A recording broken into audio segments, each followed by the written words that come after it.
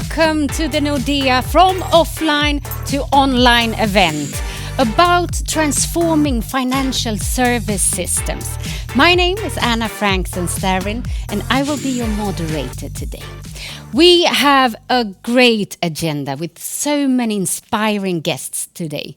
So I hope that you've had the opportunity to go and grab yourself a coffee because let's start this event.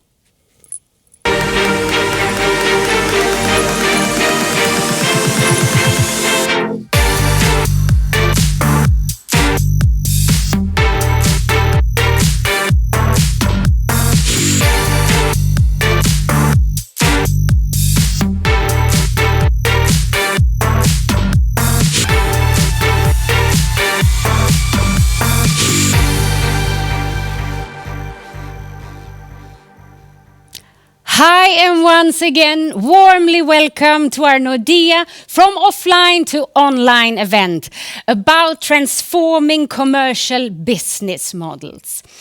This event is brought to you by Nordea Corporates, Institutions and Investment Banking and Transaction Banking. And today we will talk about the support of hyper-personalized and seamless customer experiences and new commercial models and business models. But don't forget, it's also about the human touch. It's also about how we can accelerate and make things happen and the transformation into a true commercial digital process. It's a big shift.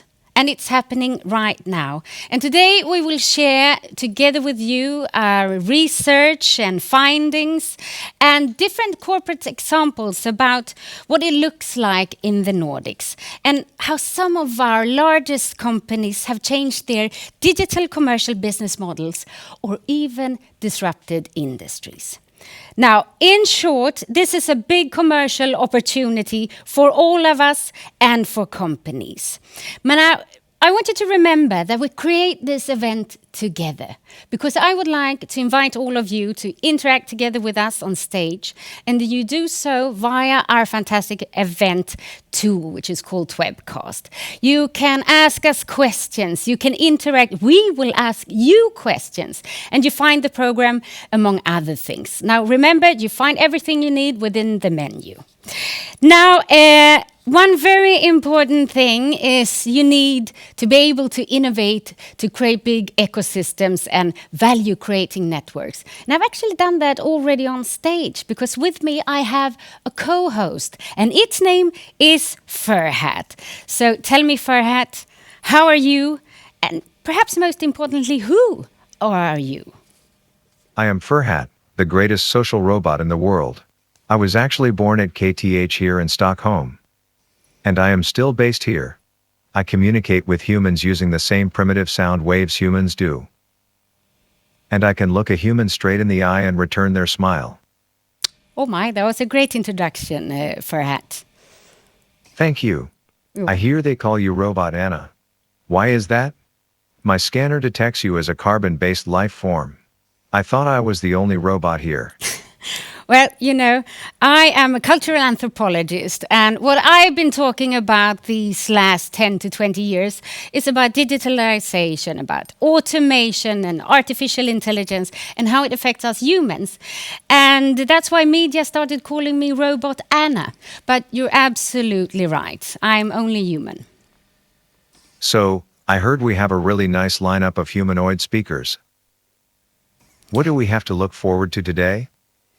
So, you know, we really do have this amazing lineup. We have representatives from the airline industry, from the logistics industry, and also from the new generation tel company, and of course from the financial industry. So, Furhat, you know, I spoke earlier about the theme that we have here today. What do you think about the theme from offline to online? For humans, it is super important. For me, it is old news. I have been nothing but online my entire life. Okay, since you've been that, I've always wanted to ask you something, since I'm working as a trend analyst. What do you foresee in the future? I see even more digitalization. Already the world's largest taxi company owns no cars. Isn't that crazy, Anna? It's absolutely crazy. The most popular media owner, Facebook, creates no content. And the most valuable retailer, Alibaba, has no inventory. AI will start playing a more significant role. So will robots. There are already banks in the world who are developing solutions involving, well, me. Good, and I think that's exactly what we humans want to hear, that you're not about to take over the world, instead help us humans, right? It feels like I'm getting all the spotlight here. Okay. Maybe it's time to introduce our first speaker? Oh, yes, I would love to. So now listen, we've also got human speakers here today. And our next speaker, he heads the thematic research unit at Nordea Corporates, Institutions and Investment Bankers, which produces the Nordea On Your Mind report 8 to 10 times a year. And he actually have a world premiere to share with us today. So he will present the insights from the report called Treasury 2025 report. Give a warm human online applause to Johan Trocmé.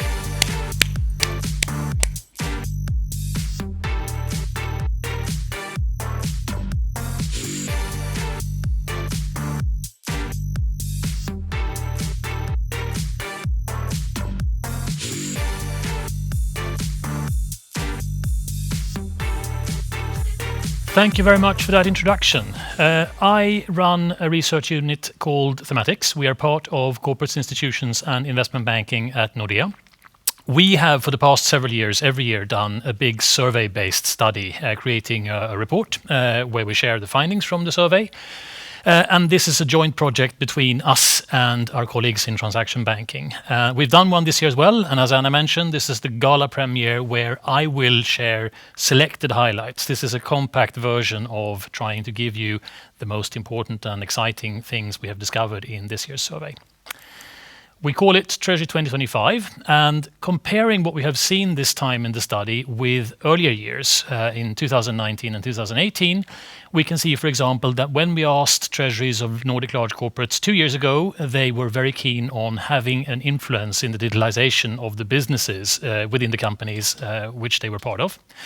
One kind of interesting observation last year was that there seemed to be fairly little perceived upside in how automated the various functions of the treasuries could become. And that really stood out given how much digitalization and technological development that we are seeing. Now, great to be able to ask questions again now and compare with earlier impressions. And on this theme of how much upside there is from digitalization and how determined treasuries are to digitalize, we can see in this year's study that actually it's only 12% of the respondents in the study where the treasury have a digitalization strategy as such. For those who have a strategy, it's 2/3 of the cases a specific individual responsible for it. Now, consumers, we see our behavior change. New technologies make new behaviors possible. This is exerting a lot of pressure on companies' business models to adapt to that, to our changed preferences, and to digitalize. Treasuries have a need to follow suit and make sure that they can deliver what needs to be delivered on the financial side in line with this development. And the question then is, are the treasuries actually involved in the digitalization of the business of the companies? And the answer is yes, but slightly, not so much. They have a say, but it's not really they who drive things. And this has a lot to do with the perception of the treasury function within the company. Is it perceived as a strategic stakeholder which should have a say in how we change our business in the company? And the answer to that is that, well, really only, if we exaggerate a bit, it's the CFO that considers the treasury a strategic stakeholder. The rest of the company doesn't. So there is a challenge here in trying to get there and have that influence that we saw a couple of years ago that treasuries want to have.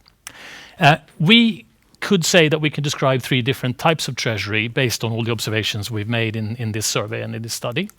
We've got the traditional treasury. That's a treasury that's not really too keen on change and spends a lot of time and effort explaining why things should be done the way they've always been done.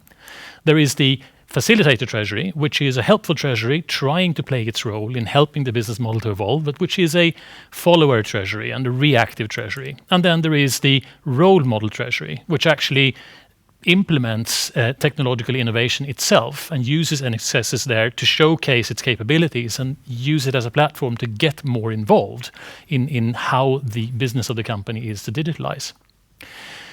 We have asked questions about today and 2025, and what we have asked both a couple of years ago and this time around is what level of automation do we have for the different functions within the Treasury today?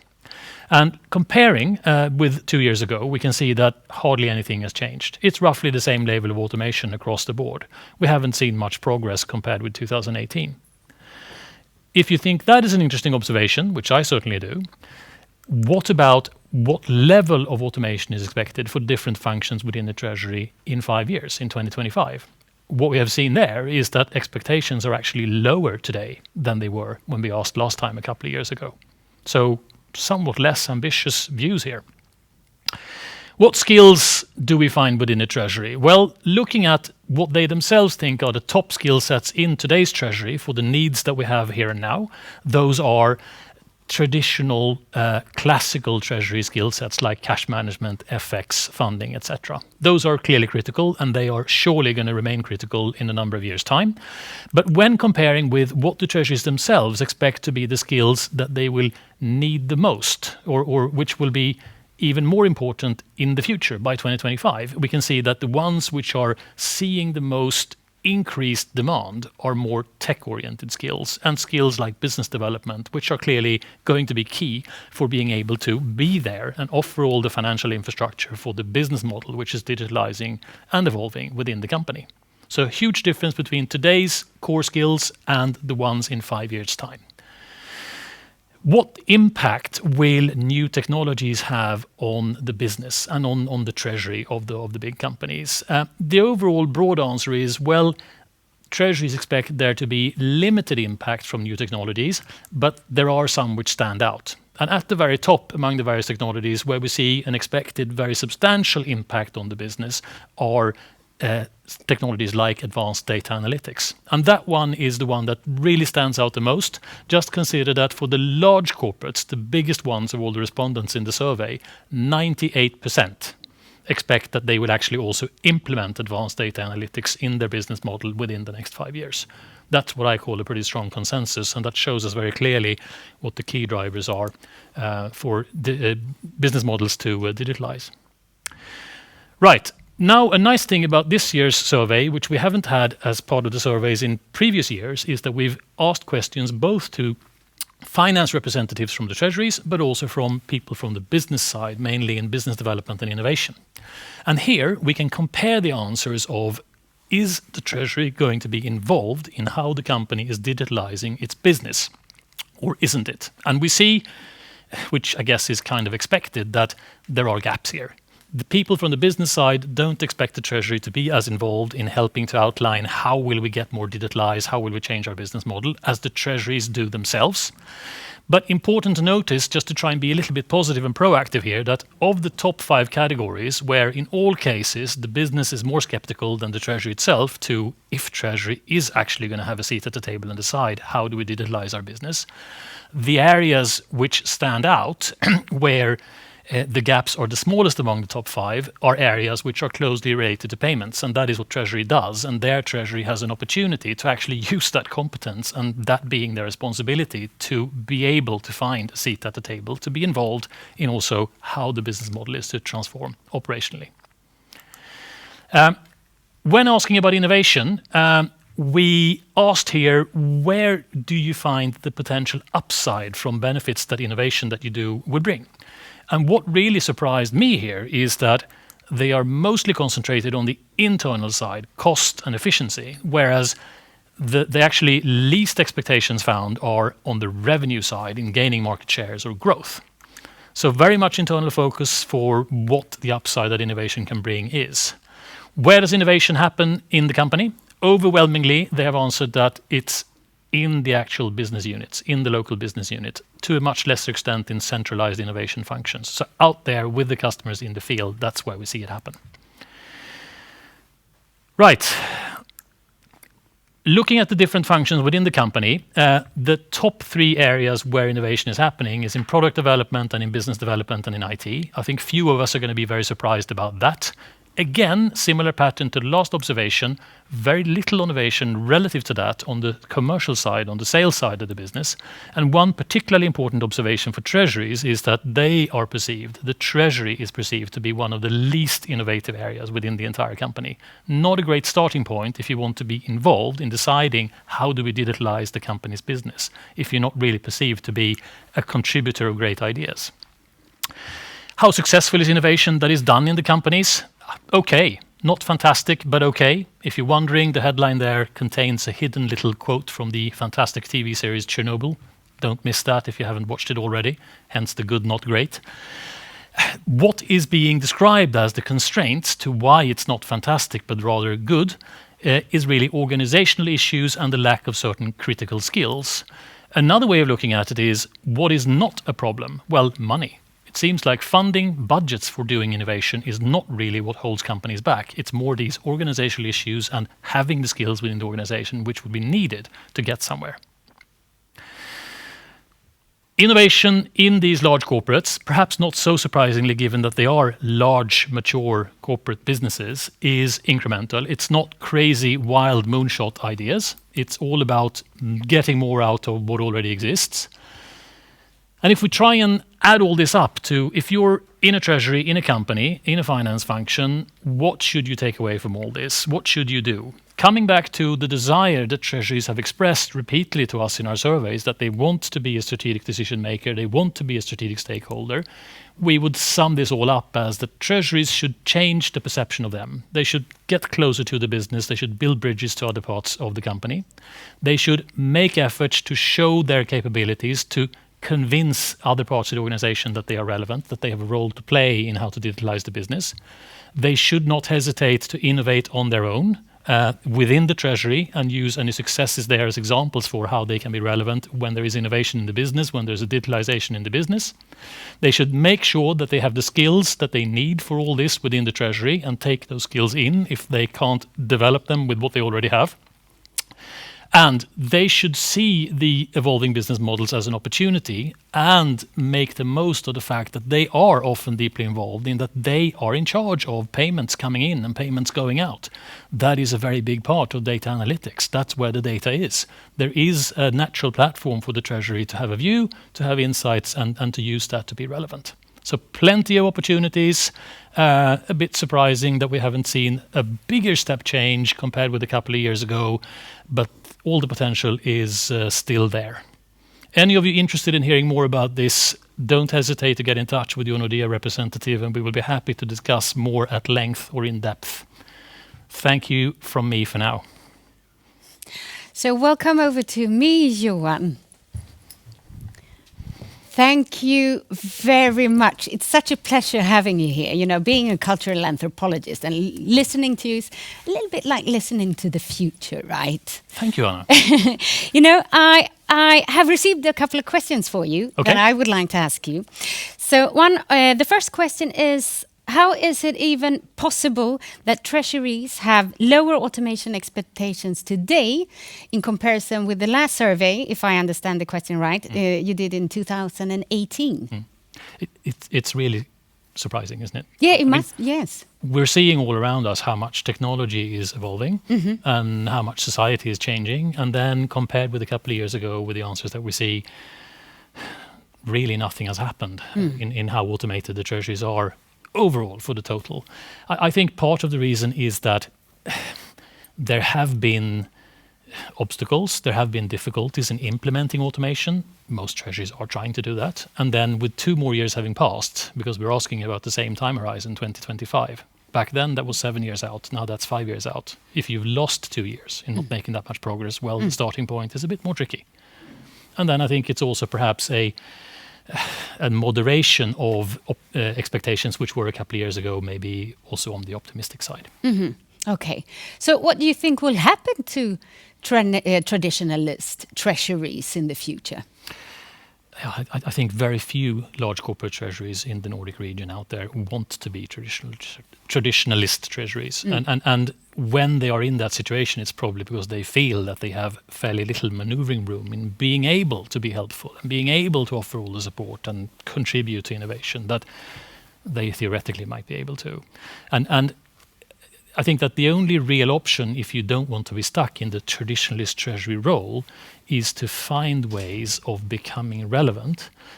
If you don't, and if you get stuck in all the limitations, not having budget, not having skills, the risk you take is that you become some variation of a pure execution factory. So we won't see that many traditionalist treasuries in the future. Hopefully not. No, okay, there you go. So one more question for you. How could treasuries become more involved in evolution and digitalization of business models, would you say?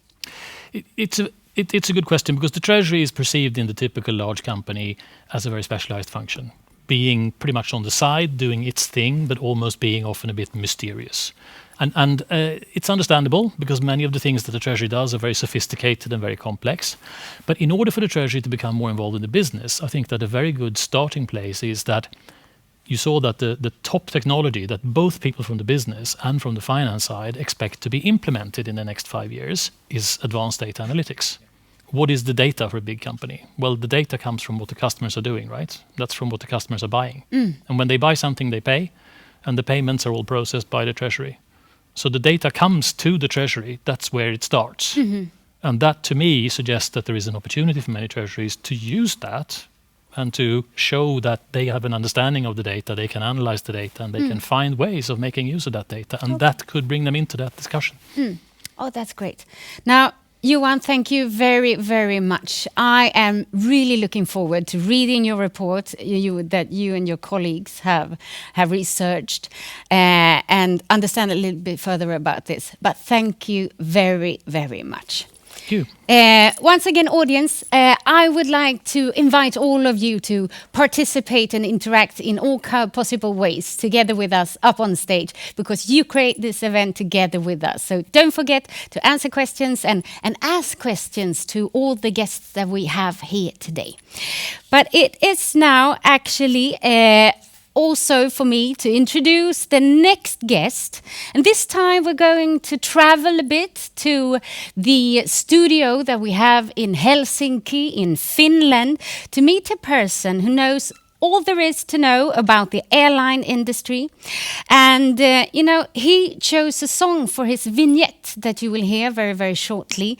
And he did so due to very personal reasons. And he will tell you a little bit more about that during his speech. Now, besides him knowing everything there is to know about the airline industry, he's been a part of the Nordea crew for almost 20 years. Now, let me warmly welcome on stage, on screen, Topi Manner, CEO for Finnair.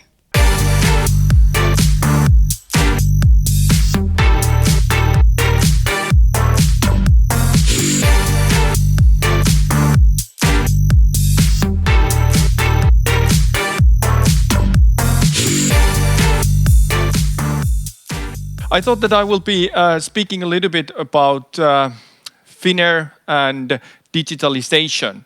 But since the COVID-19 pandemic has been such a massive disruption to our industry, I thought that it would be good to actually start with that and put you on the overall context of how that has been treating our industry. And for me personally, the coronavirus basically stepped into my life almost 11 months ago. I was traveling in China together with my family during the Christmas time, and it was around the Boxing Day when I remember I was sitting in a cafe in Shanghai reading a newspaper, an English newspaper directed to expatriates and tourists, and there was this tiny article there telling about a virus in Wuhan. And at that time, the virus did not have any names. And I remember sitting there, sipping to my coffee, and considering that, oh wow, will this be another SARS-like virus with similar impact on aviation?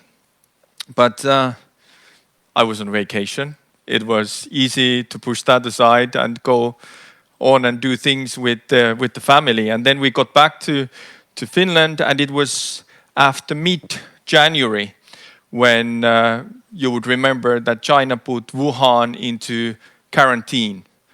And they limited significantly the possibility for the Chinese people to travel for Chinese New Year, which is the biggest vacation that they have out there. So this was completely unprecedented in so many ways.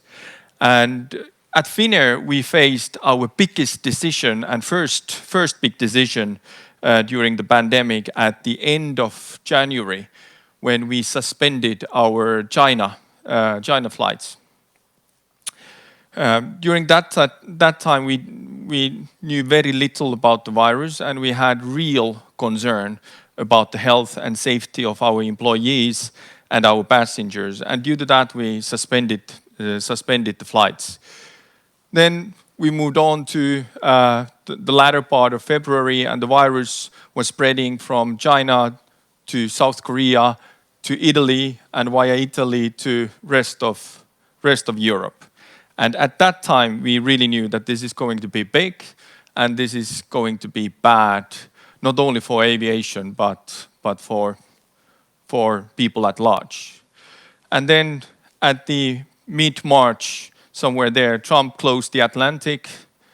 Every single country in Europe, one by one, went into the lockdown. And during the course of 2 weeks, we were basically forced to ramp down the whole of our traffic, the whole of our global network. So our people at that time really worked round the clock, informing the customers about flight cancellations, rerouting customers so that they can get back to home, taking care of hundreds of operational details that you would need to take care of in such a situation. So those weeks were really unreal, something that I will certainly remember for the rest of my life. And then it was very clear that the pandemic will be by far the biggest crisis that has hit aviation in the 100-year history of commercial aviation. So this would be taking SARS, this would be taking financial crisis and the impact on aviation, 9/11 and the impact on aviation, the ash cloud of Iceland, bird flu, all of them, putting them together and then multiplying with many. And then we would be coming close to the staggering, devastating impact of COVID-19 to aviation industry. So against this backdrop, we have needed to react. And we have needed to react very, very fast. And that is something that we certainly have been doing. So in addition to ramping down our network during the springtime, our first and foremost priority during the crisis has been to take care of the health and safety of our employees and passengers alike. And we have been pretty successful with that one. So we don't, for example, have any known cases of virus transmission on board our aircraft. We have 7,000 of staff, and we only have a handful of virus infections among our staff. And those infections have been gotten during the leisure time, so not during work time, not during flying. Our customer NPS score is typically on the level of 40, which is a very good level, typically. And now it has been increasing to record high levels, the NPS being 56 at this point of time. And the reason is that we are getting a vote of confidence from our customers in a sense that they think that we are taking care of the health and safety in a very good way.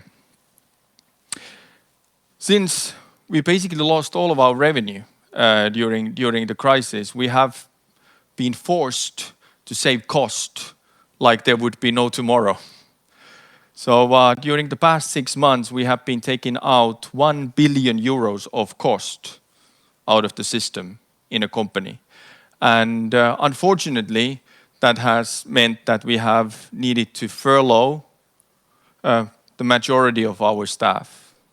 And we have also reduced the number of our personnel with more than 1,000, which is of course a very, very sad and tough thing to do, but something that has been very necessary for the airline to survive in this environment.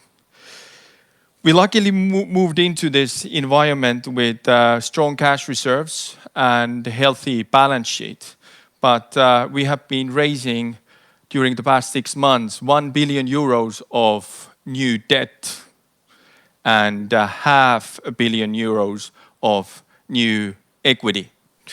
Coming back to what Johan just stated about the strategic role of the Treasury department, for us, it has been very, very strategic as it gets. So the treasurer has been the best buddy of the CEO. I really can tell you that. In addition to all of these things, what we have been doing is that we have now, since July, we have been gradually ramping up our flights, restarting our flights. But that has been very cumbersome in this environment that has been colored by the virus situation getting worse, and also very fragmented travel restrictions in all of the countries. So in this environment of very big swings on daily basis, on weekly basis in the operating environment, we have needed to develop very agile way of working, very agile practices of working, empowering people a great deal. And that we certainly have been doing. I guess that from a leadership and culture perspective, there would be many takeaways out of this situation. But I guess the most important one to share here would be the radical uncertainty that we have been facing. So during normal times, we would be discussing that Finnair might grow 5% or 3%. And if we would be growing 5%, we would be happy with that. We would be growing more than the market. If we would be growing 3%, we would not be that happy.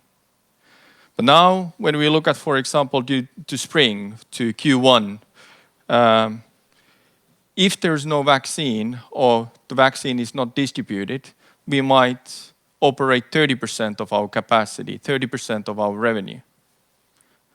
But if the vaccine is distributed very fast, we might be operating 80% of our capacity. And the measures that are needed to address both scenarios are very, very different. So this is something that we need to keep in mind. So the tools and processes that we would be using in the normal times would be rendered useless in this kind of situation. For example, the demand forecasting models that we have based on very sophisticated data analytics, pricing algorithms that we use in our revenue management in normal times, resource optimization, which is also very data intense in an airline industry. We don't have the database, we don't have the firm ground under our feet. We are on a slippery slope operationally. And in this kind of a situation, the role of the values in terms of leadership, in terms of conducting operations in the company become very, very important. And the values for us are caring, courage, simplicity, and working together. The caring part really has been tested for us during this year because we have been furloughing people and we have been unfortunately being forced to let go of people. I think that we have been passing the test. Courage, simplicity, and working together are something that we use every day in our operations, and especially when it comes to digitalization. So the digital agenda that we run has been heavily impacted by the COVID backdrop. And when we talk about digitalization in aviation, I think that what we will need to remember is that aviation is a very data-heavy industry.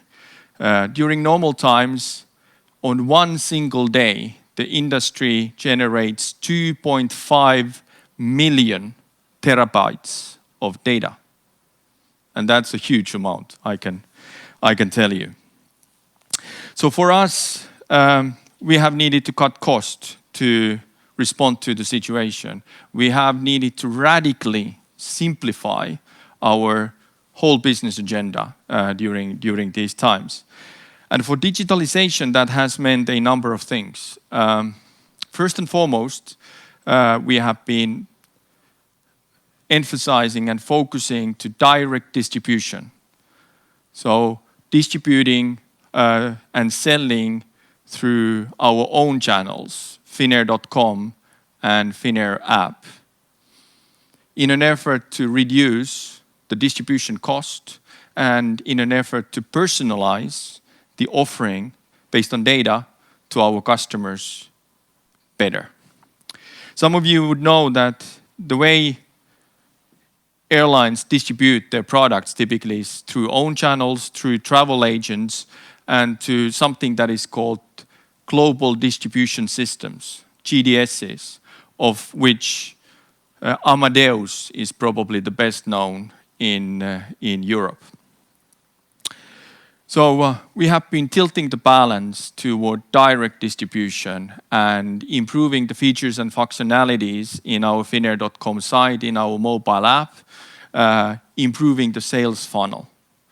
So that has been very, very important for us. And we have been increasing the share of our direct distribution to approximately 60% at this point of time. Before the pandemic, we were below 40%. So clear shift has taken place in that regard. Another thing that we have been doing is that we have been radically simplifying our development portfolio. In other words, we have been cutting 80% of the development portfolio.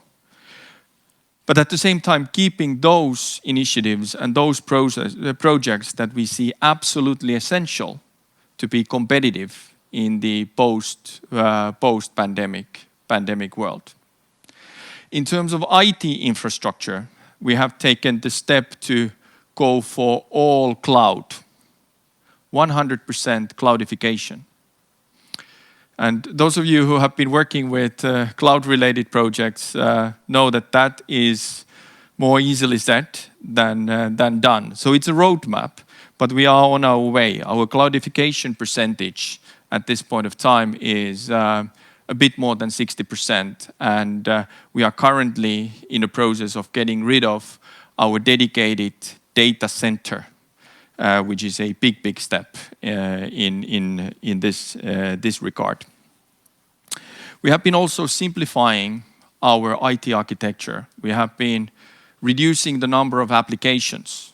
We have been sunsetting applications. And the fact that our business volume, unfortunately, has been so low, has been enabling us to take relatively progressive steps forward in this space. So in this regard, there's a silver lining in the situation. We have been continuing some of the digital projects. For example, just 2 weeks ago, we turned our plastic loyalty membership cards, Finnair Plus membership cards, into digital ones that can be found in our mobile app.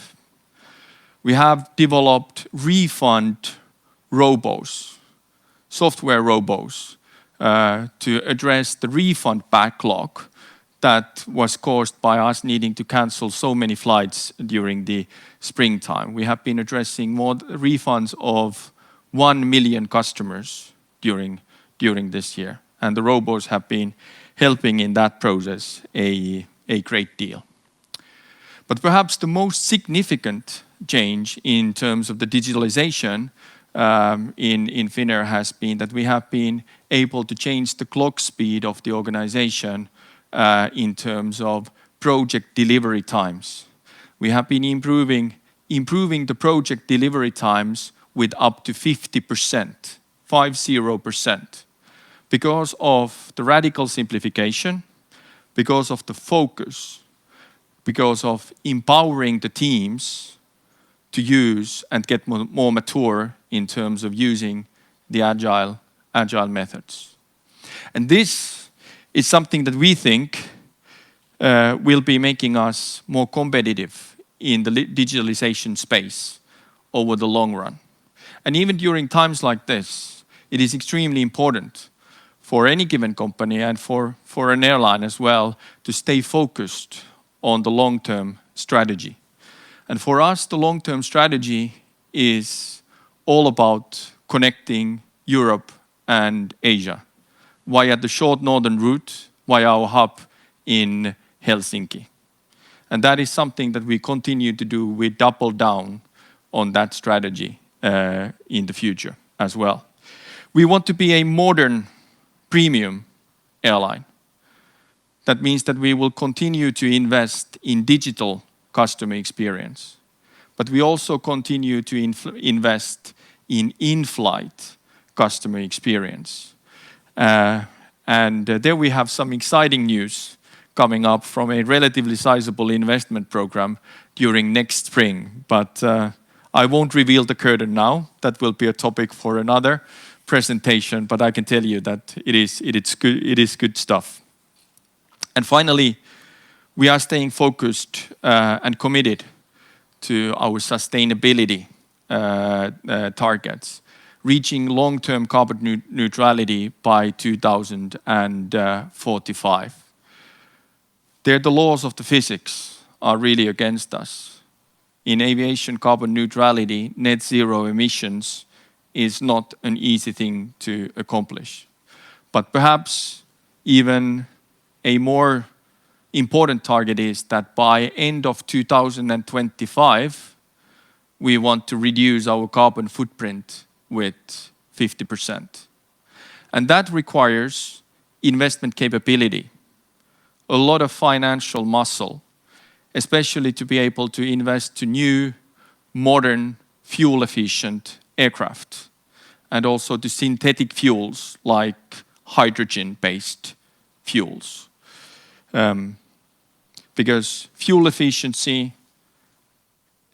directly translates into less carbon emissions in aviation.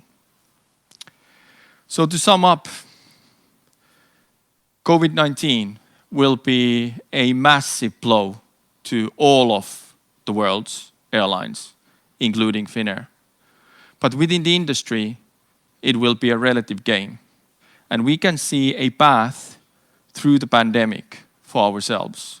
And therefore, we want to be strengthening our role in the relative game among the airlines. So when our customers are ready to travel, we will be ready for them. So welcome on board when you feel that you're ready. Thank you. Okay, thank you, Topi. That was both a little bit saddening in relation to the COVID-19, but also referring to the song that you chose, a lot uprising. Now, I've gotten a lot of questions for you, Topi, and I would like to start with one of them, which is, how digital can you get in the airline industry? We can get very digital. I mean, of course, if you look at the core of the industry, which is to fly people from A to B, I think that core will remain. And there will be aircraft, there will be pilots, there will be personal service. So that high touch will definitely remain in our industry. We are a very emotional industry in that sense. But all of the things around that are very data-driven. I mean, if you just consider the logistics exercise that you need to put in place to run 350 flights per day, that's a massive, massive exercise. Hundreds and thousands of bits and pieces will need to fall into place in order for you to be able to accomplish that. And data, automation, and digitalisation at large can help a great deal in that process to improve customer experience, but also to improve operational quality, operational excellence. Good, thank you. And I've got several questions for you. So thank you, audience, for all the great questions. Now, you told us that you have reduced substantial amount of your development. Which projects will be absolutely essential to continue with? And are there new initiatives that has come up due to COVID-19? Yeah, the ones that will be absolutely essential for us to continue with are related to how we sell, so how we distribute, as I stated. So that's one clear bucket. Another clear bucket is that how do we improve the customer service, especially how do we make the customer journey as seamless as possible for our customers. I mean, let's take the simple example of using online check-in and increasing the penetration of online check-in in our clientele. That has been something that has been increasing a lot during the course of the pandemic, partly because it also minimizes the personal contact and therefore is good for your health and safety. So this is an example of a micro example of something where digitalization and health and safety actually can go hand in hand. And then the things that will come to the agenda as new ones are probably related to the health and safety matters. So, for example, how you can secure more personal space for yourself, a couple of seats, perhaps a row of seats on board the aircraft. You know, how can you order ancillary products that will be helping with the cleanliness and hygiene level on board your journey, things like that. So those would be examples of the new development ideas that have been climbing to the top of the list. Okay, good, thank you. Now, this is the last questions that we have time for today, Topi. And this is somebody that likes lists as much as I do. What will be the 3 key success factors for an airline in the next coming 3 to 5 years? Yes. I think that we think that the first thing will be that customers will prioritize going forward even more customer service and the overall quality of the airline.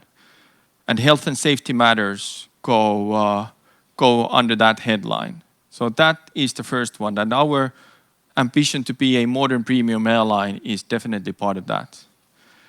The second is investment capability, so that you have the financial muscle to invest, for example, to new fleet. Because that is required in order to be competitive and also to be able to reach your sustainability goals. And then the third one is that you need to be very innovative, and you need to be especially innovative in terms of sustainability. So the third one is sustainability and taking determined steps toward carbon neutrality going forward. Perfect. I'm looking forward to experiencing that future together. Now, it was a pleasure listening to you, Topi, and I hope to see you later on. Thank you very much, Topi Manner. Thank you, Anna. Thank you. Well, unfortunately, not on the wings of Finnair, but we are about to travel once more to our studio in Oslo in Norway. And this time we're going to listen to an expert on one of my favorite subjects, innovation and new technologies like artificial intelligence, IoT, and 3D. Please welcome Alexander Haneng, Senior Vice President of Digital Innovation at Posten and Bring. Alexander Haneng.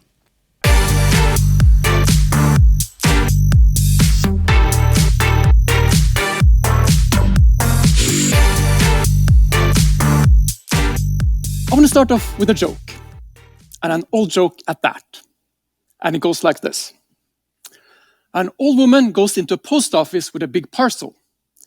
She hands it over to the postman, who weighs it and says, "Madam, I'm sorry, this package is too heavy. You need to add some more stamps." Whereupon the lady asks, "Oh, will that make it lighter?" Of course, adding stamps will not make a parcel lighter. But I ask you this question, how much does a stamp weigh? Think about that, and we'll get back to that question a little bit later. The core topic of this webinar is, of course, not stamps. It's digitalisation and the effects on your company or your organization. It's a difficult concept to grasp from a leadership standpoint because there's so much going on so quickly, just as Topi explained in his presentation. But in my experience, it boils down to 6 things, and I want to share those 6 things with you. The first one being changed behavior. And I would say this is the most important one, because when our customer changes behavior, that makes new threats for our company and new possibilities. For example, when I was a kid, we took pictures with a camera with film in it. But for some reason, nobody took selfies. The second thing is that everything is going online, from your toaster to your car, but also as our company, our cars go online, and so does our sorting facilities. This, of course, generates enormous amounts of data from different sensors. And this data lends itself very good to machine learning, AI, and analysis, providing more efficiencies, deeper insight, and new possibilities to earn money. The fourth thing, and I'm sure you're going to say globalization, Alex. We had that for a long time, and that's true. My great-great-grandfather, he actually sailed all the way to China to trade. But the interesting thing to have in mind when it comes to globalization is that it affects different parts of society and different industries at different times. Let me give you an example. 100 years ago, you might be the only bank in town. There will be very little competition. Then we got national competition for customers, and now I would say we have Nordic competition for the bank customers. But it won't be long until we got global competition for the bank customers when tech giants like Alibaba, Facebook, and Google comes into the market. So you need to keep track of globalization, how it affects your industry. The fifth part is the one that excites me the most, me being a tech geek, and that's, of course, new technology. It's 3D printing, IoT, machine learning, self-driving cars. But it might be the least important one, because they're just enablers for everything else. The sixth and final point that I want you to keep your eye on is that we now have a supercomputer in our pocket. And again, you might say, Alex, that is not something new. We have had iPhones for over a decade now. What are you talking about? But the thing is, if you follow the specification of the new flagship phones carefully, you would see there was a shift about 2 years ago. A shift in computing power in each phone that now allows for machine learning on the phone, virtual reality, augmented reality on the phone. Earlier, when you talk to Siri, you would have to take a sound file, move it through the internet, be processed by a data center, then go back to your phone. Now that can be done on your phone directly. And you're going to see some new applications and features coming in the next 3 to 5 years that will be radically different from what we've seen so far. So digitalization is a big challenge for our corporations because there's so much new complexity, so much change, and it gets ever faster. And we need a different way to work to be able to survive in this new environment. And the way we see it, it's all about build, measure, and learn. It's about building something and get it quickly into the market. Then measure it and get learning from those features that we put out, and then change and have that repeat cycle. The way I usually explain it is if you want to create a new car model, that's quite expensive. It's upward of 100 million euros to create a new car model. Why so expensive? Well, first of all, you need to have a cool new design that will sell your car. You might hire a Californian designer to do that. Then you have to do an engine that has lower emissions than last year's, following new standards. You have to crash test it. You have to make tools for the factory, and you have to produce the car and roll it out. And let's assume this car is made in 1 million cars and sold all over the world, including the Nordics. And one guy goes out one morning, this happens. Yeah, you don't want that. That's a bad thing. But the question is, why did this happen? The reason is the complexity now is so high that you can't foresee everything. That's why you need to test early and often. And do you think fixing this problem now after manufacturing 1 million cars is expensive? Yes. Do you think changing this early in the design process is cheap? Yes, exactly. So Post and Bring have been on a journey for the past 3 years since our CEO, Tone Ville, decided that we're going to focus a lot more on corporate innovation. We, as many other companies, have followed the traditional waterfall method, where some manager decides we're going to make this product or service, and then the organization creates it, and then it goes out to the consumer. Sometimes it's a success, sometimes not. But we needed a better method. And that's why we developed our own method for innovation called Helix, based upon really good principles that already exist in the marketplace, like design thinking, build, measure, learn, and Google Design Sprints. It has 3 very distinct phases. The first one being explore, the second create, and the last one implement. In the explore phase, we actually deep dive into the problem we want to solve. Then we do prototypes. We build mock-ups of a solution, either on paper or digitally, and test them on real customers. Bear in mind that customer might be an internal employee. Secondly, we go into what we call the pilot phase, where we test a solution that feels real to the consumer, but it's all fake behind the scenes. Just like if you go to Hollywood, to the Western set, and see behind the storefronts, there's nothing there. But for the consumer, it feels like a real service. And we get to see if the customer really uses the service over time, and if they're willing to pay what it really costs. In the third phase, we implement it and scale this. And this is where the power of a corporation really shines. My background is 10 years in startups. And I can tell you, you will never be able, as a corporate, to run as fast as a startup. But you can run faster. However, where you have an advantage is in this phase, when you can scale up much faster than any startup with all your existing employees, your IT systems, and all the other capabilities. If we compare this to the waterfall method, you see we spend a lot more time going down into what is the real problem we want to solve for our consumer.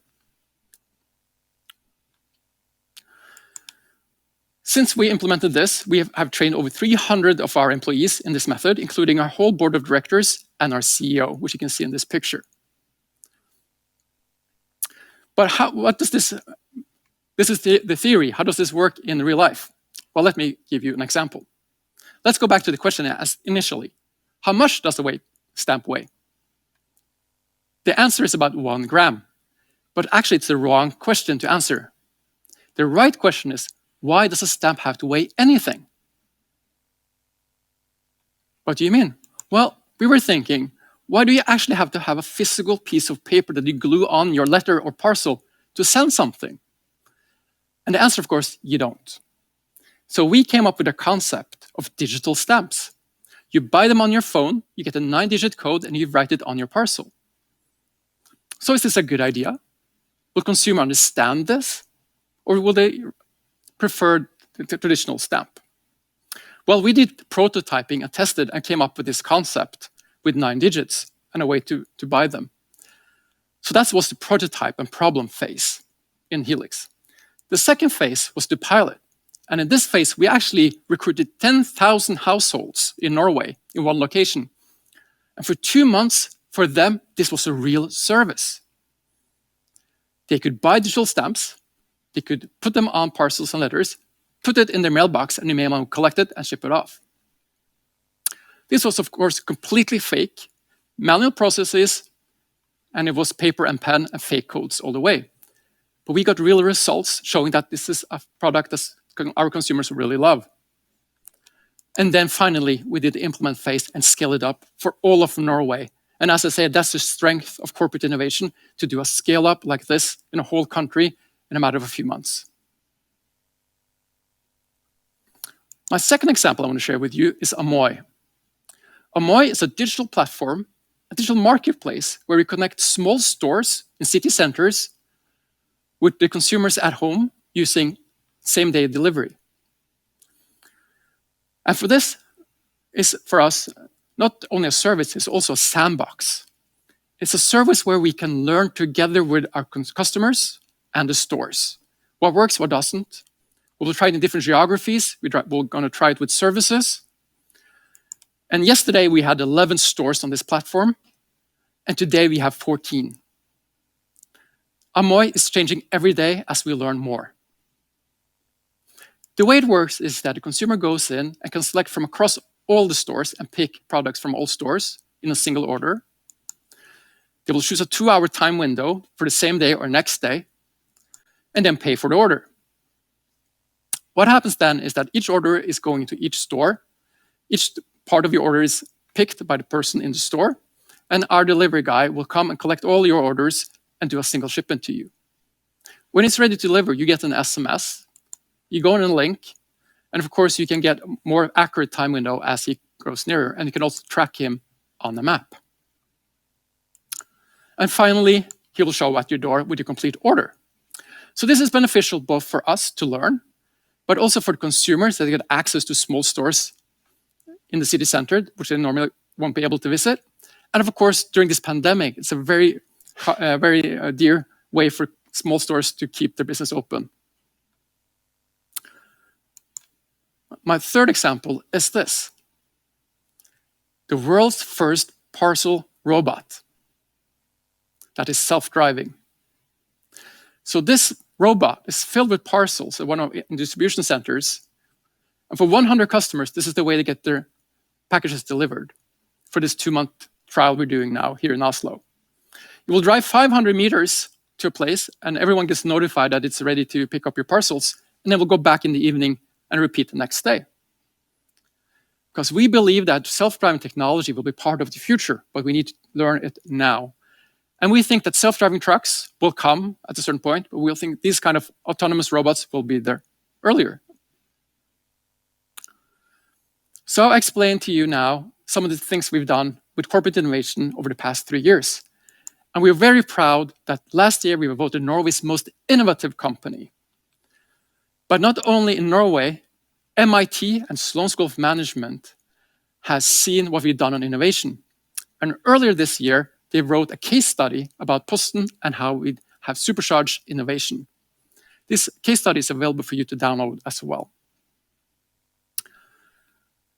I was honored a year ago to go over to Boston and talk to 100 top executives from 80 global companies like Microsoft, SAP, HSBC, and ExxonMobil.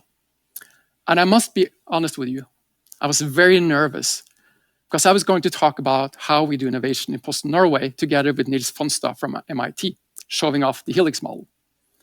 And what could a 400-year-old postal company from Norway show global executives about innovation?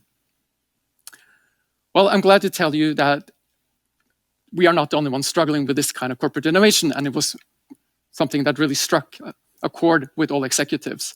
And actually, this presentation was part of a 2-day seminar where MIT put out their new research. This was voted the second best presentation. And when the audience was ordering what was the top takeaways from this 2 days event, this was the top takeaway. I think that's pretty cool that we can show the big global companies that we can really do innovation in the Nordics as well. So if you connect with me on LinkedIn, I will send you the MIT report. And also, we're always looking to do innovative projects with you. And I urge you to go home to your executive team and start using the build, measure, learn to get better results in this ever-changing environment. Thank you. Thank you, Alexander. That was amazing. And me and Furhat, we all love your little parcel robot. I have to say that, the delivery robots. It's really good. Now, I've gotten a number of questions to you from the audience, but let's start with you. Ask the audience a question first of all. And you wanted to know what was the biggest roadblock for innovation within your organization. And we actually have a word cloud that I would like for you, Alexander, to comment on. What do you think? Money, obviously. Oh, that's quite surprising, actually. I would usually it's about organizational culture is the one that comes up the most. But that actually just shows that it's so important to have funding for corporate innovation in the company. And especially in a crisis that a lot of companies are now, it's important not to cut too much back on innovation because that's going to be your future growth. Obviously, mindset too is a little bit in line with what you thought would be the answers that you got. Yeah, that's true. Mindset is quite big as well. And I see funding and quite obvious. But it's a lot of corporate mind shift that needs to go in to boost innovation, I think. Good, and I would also like to ask at least one of the questions we have time for before the break. 2 questions perhaps. But first I would like to ask you one personal question, because I saw you when you were rehearsing and you had very special sneakers on. Can you show them to the audience? Are you that limber? Oh my, here you go. They look very fancy. So these are yeah. So people who know me know that I love colorful sneakers, but these are quite special because they are 3D printed and made by Adidas. And that goes to show you that new technology, like 3D printing, is actually coming quite soon. Good, so you're innovative in all kinds of ways. Now, in your presentation, you have touched a lot of different factors when it comes to corporate innovation. In your experience, what is the most important factor for company to succeed with their innovation? That's a really good question, Anna. And I think the top one is actually top management buy-in. Because corporate innovation is a leap of faith. You can show an ROI in the short term. This is long-term survivability and to create value for the long term. And that requires that the top management are defending this throughout several years, including in crisis. So that's the number one thing. Good. And I got one more questions from the audience. How does the degree of digital savviness in board and among the top executives, how did that affect the digital transformation, would you think? Oh, that's a very good question as well. And actually, we have research from MIT showing that there's a direct correlation between the digital savviness of the management team and also the board and how successful the company is.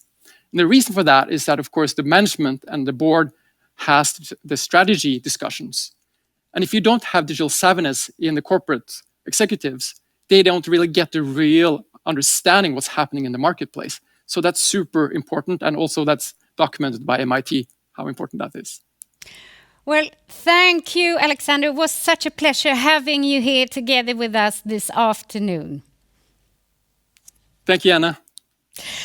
Now, it's amazing, I have to say. We have about 350 persons logged on to this event, and I'm so glad that you're spending this afternoon together with us.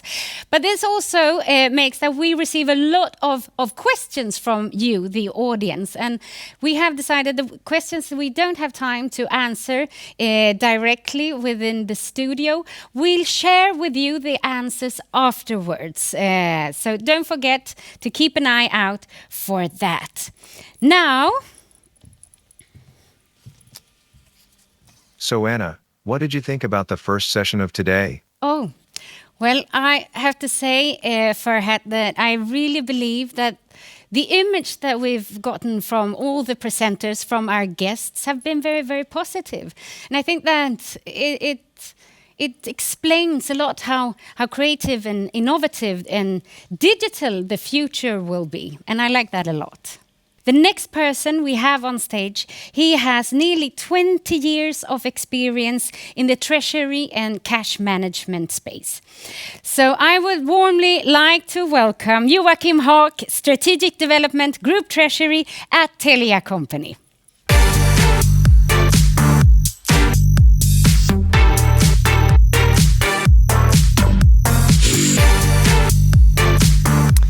So, hi, Joachim Haak is my name, and as you heard, I work with Group Treasury at Telia Company.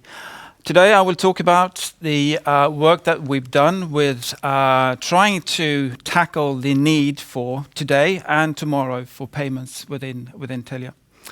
And just to give you a little bit of a backdrop, I shows a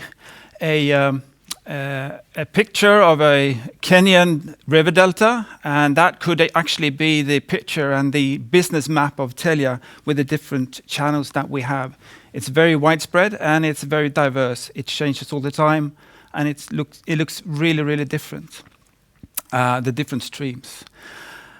So why am I here?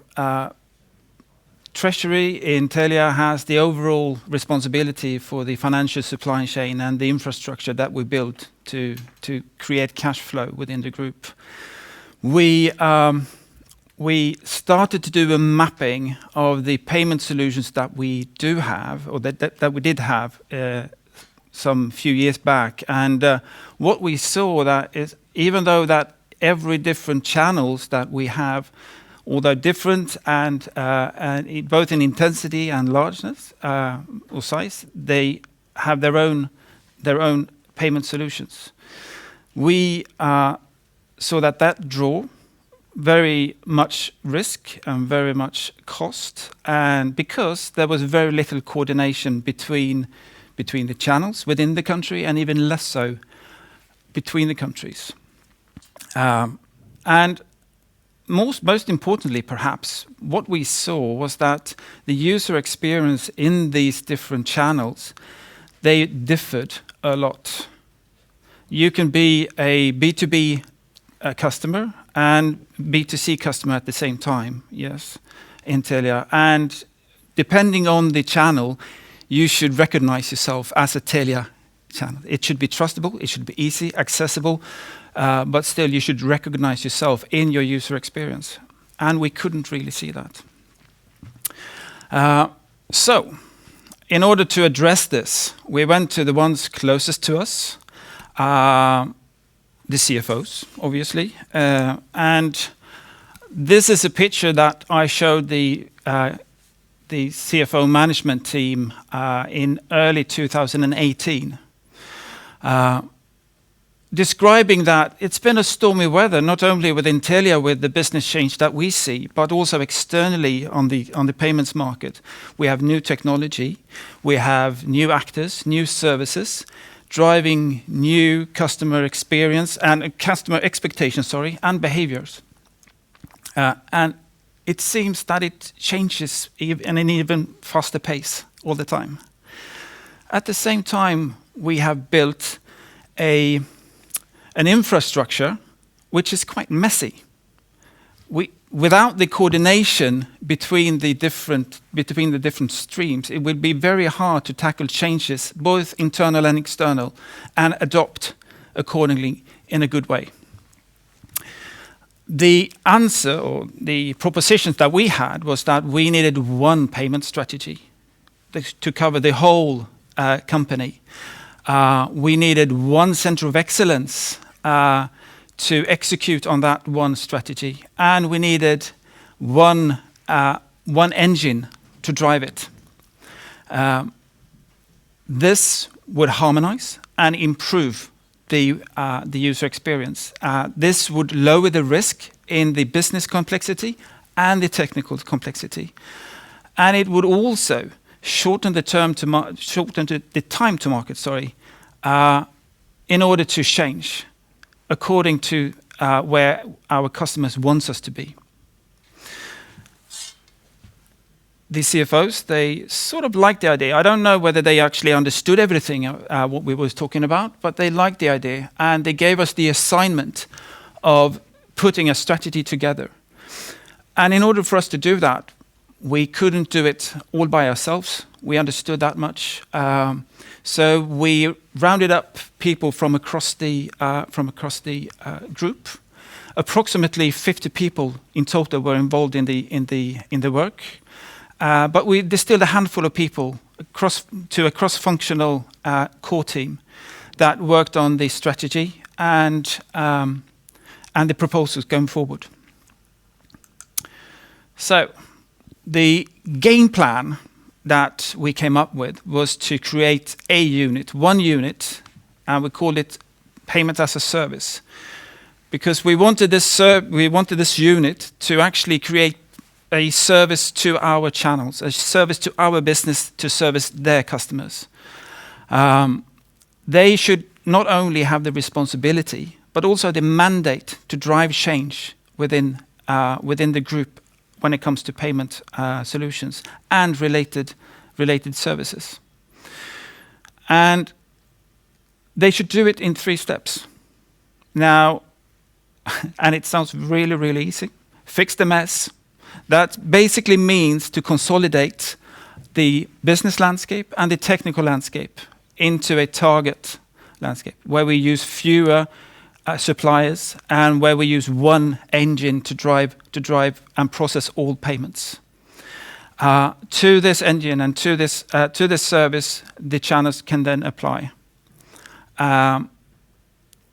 What that will do is that will lower the cost, obviously, and it would shorten the time to market, because we need to do the changes in one place rather than in 50 or 100 places.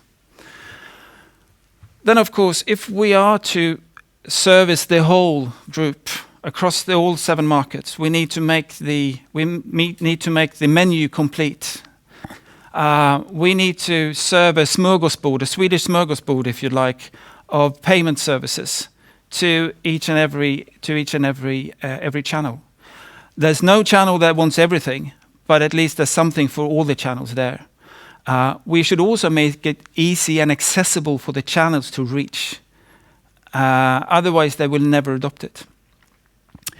Finally, we want to make it shine, to make use of all the competence within the group of Payment as a Service, to make use of the completeness of the menu, if you'd like, and the ability to funnel all the information and all the transactions through one engine to create a better user experience for all our customers, whatever payment situation they're in. Now, that's very easy to say. That's very not so easy to do. But the CFO management team, they liked this, and they wanted us to go ahead. The problem, though, or the issue, was that payments had no real natural way of a harbor for ownership. Was it Treasury that owned payments? Was it finance? Was it the CFO community? Was it IT or the channels? So, to make a very long story short, a few months of negotiations and a few months of discussing, there was a decision made to start up Payment as a Service and to anchor it into a new operating model that was introduced anyways. That took us about 6 months. But then, at least, we had the backing of not only the CFO community, but also the IT community and the commercial community with the channels. So it was a fairly well-anchored decision. Now, that...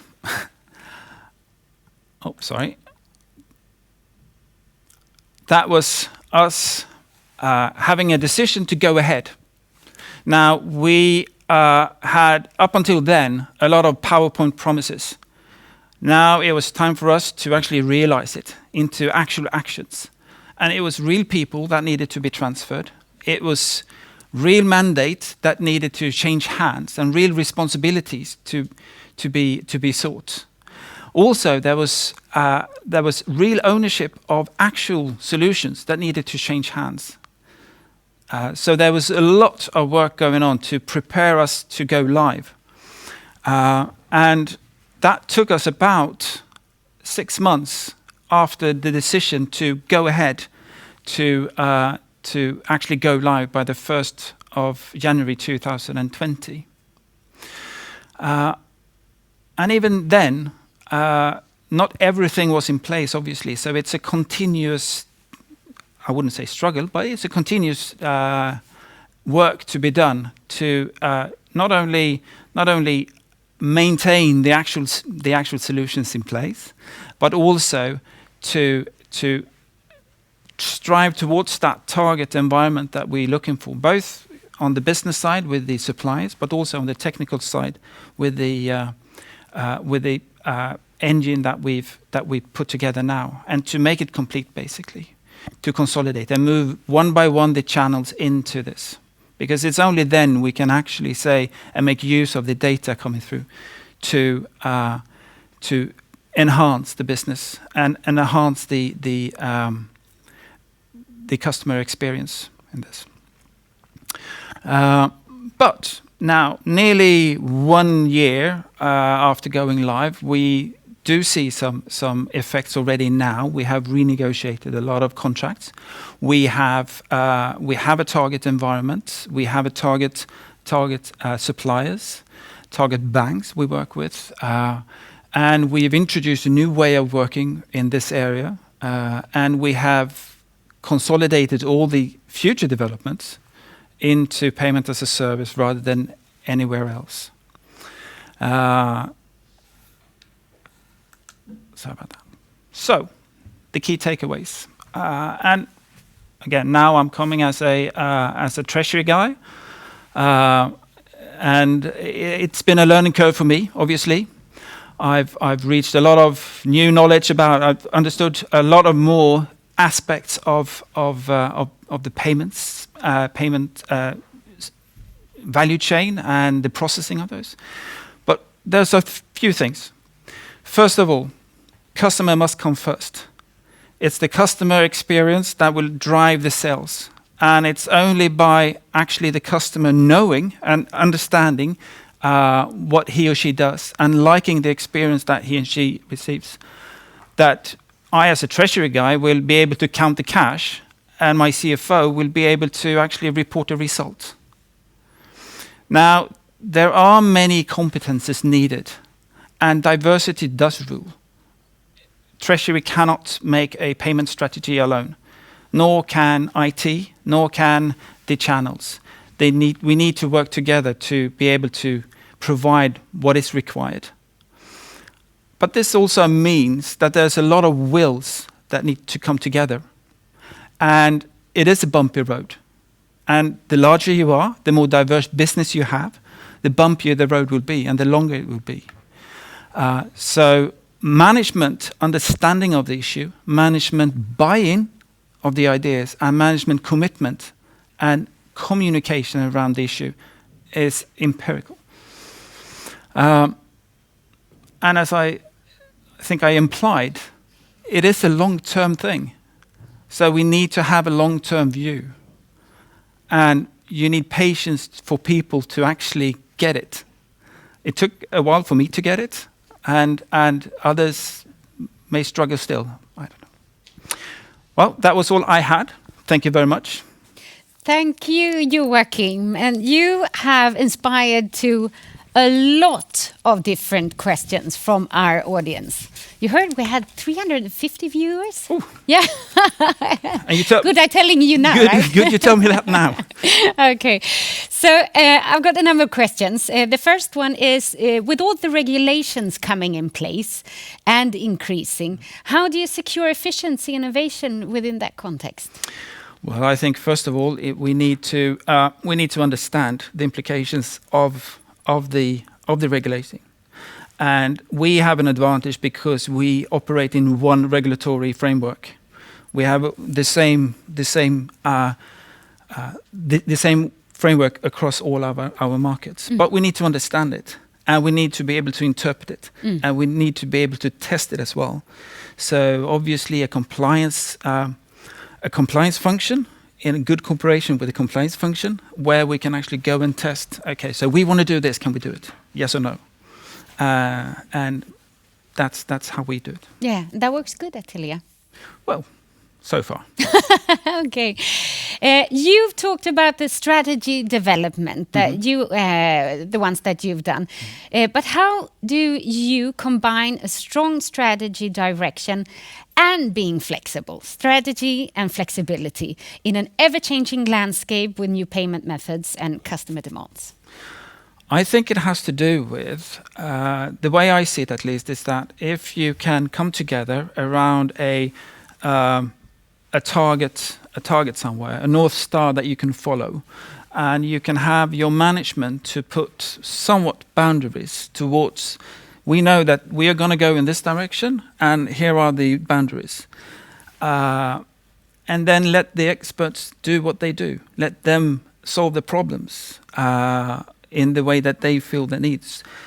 As long as they keep on the right track between the borders, you will get there. But you know, the world is not linear, and the road is not straight. So you need to be able to flexible. But if you have a strong view on the end goal, and that need to change as well, perhaps.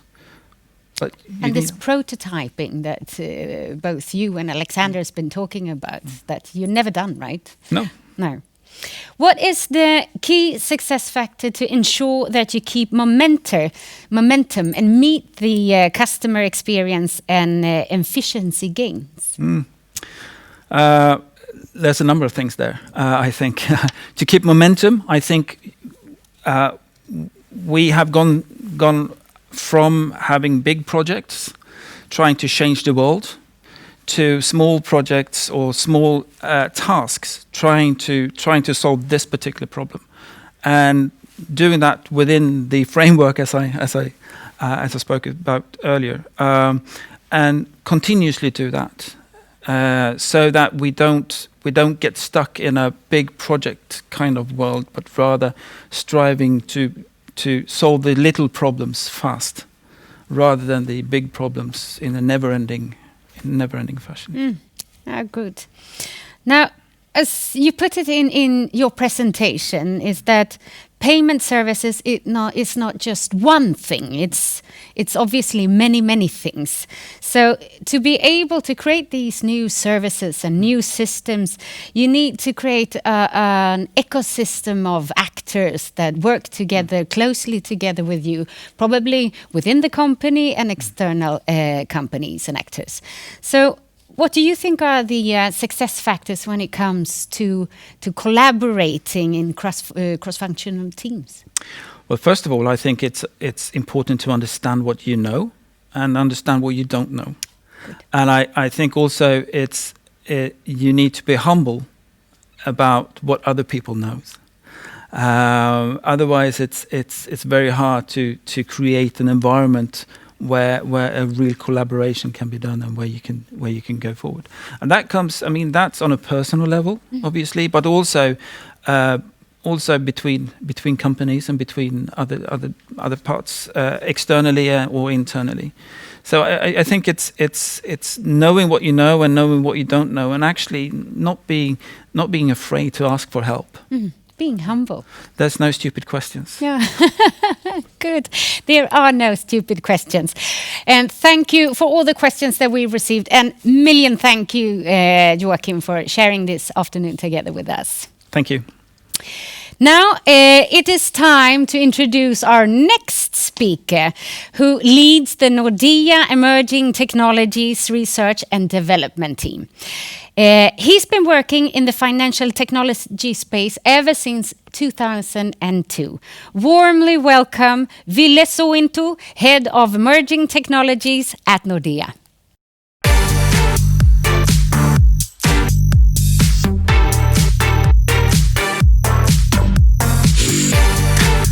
Hello and welcome back to the Helsinki studio. It's great to be here. First of all, I have to say it's a welcome change to be on stage somewhere for a change. It's been way too long staring into webcams, explaining things to maybe big audiences, maybe small audiences. At least I have a live audience here today, which is fantastic. My name is Ville Sointu. I am the head of emerging technologies for Nordea, also known as the best job in the bank or the worst job in the bank, depends on who you ask.